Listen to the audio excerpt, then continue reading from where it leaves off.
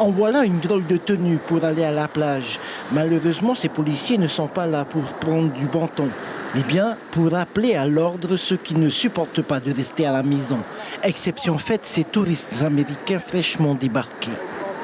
Normalement, on donne une amende, mais comme on n'a pas les documents en anglais pour leur expliquer la situation et pour leur établir une amende.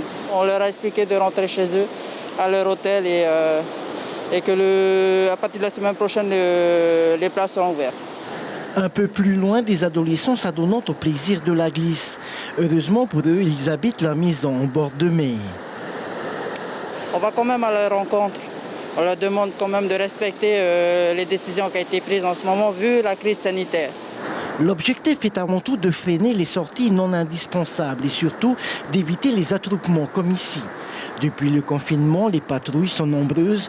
Normal, Hayata et ses coéquipiers couvrent les communes associées de la côte Est. Et sur leur chemin, il n'est pas rare de voir des vendeurs de plats. Même en confinement, Renault arrive à tout vendre, 50 plats et 50 paquets de frifiri. Ça n'a rien à voir le premier confinement et le deuxième. Ça n'a rien à voir. Le premier confinement, tu voyais que les gens ils respectaient vraiment le confinement, quoi. Il n'y avait personne sur la route et tout. Hein. Tandis que là, le deuxième, les voitures, ça défile comme tout, les personnes. Hein. Tu ne sais même pas s'ils sont confinés ou pas. Quoi. Donc ça ne change rien. À Tiare, il n'y a pas de dimanche sans culte. La crainte de la maladie est toujours là, mais la ferveur a pris le dessus. Normalement, ce n'est pas comme ça. Normalement, il y a du monde. Hein. Mais comme on suit le règlement du gouvernement, alors on est obligé de réduire un peu. Bon, si tu veux, il y en a qui veulent venir, mais on n'y peut rien. Les chants résonnent encore comme un cri de liberté, une liberté à portée de main. L'ensemble des chrétiens devraient retrouver le chemin du temple.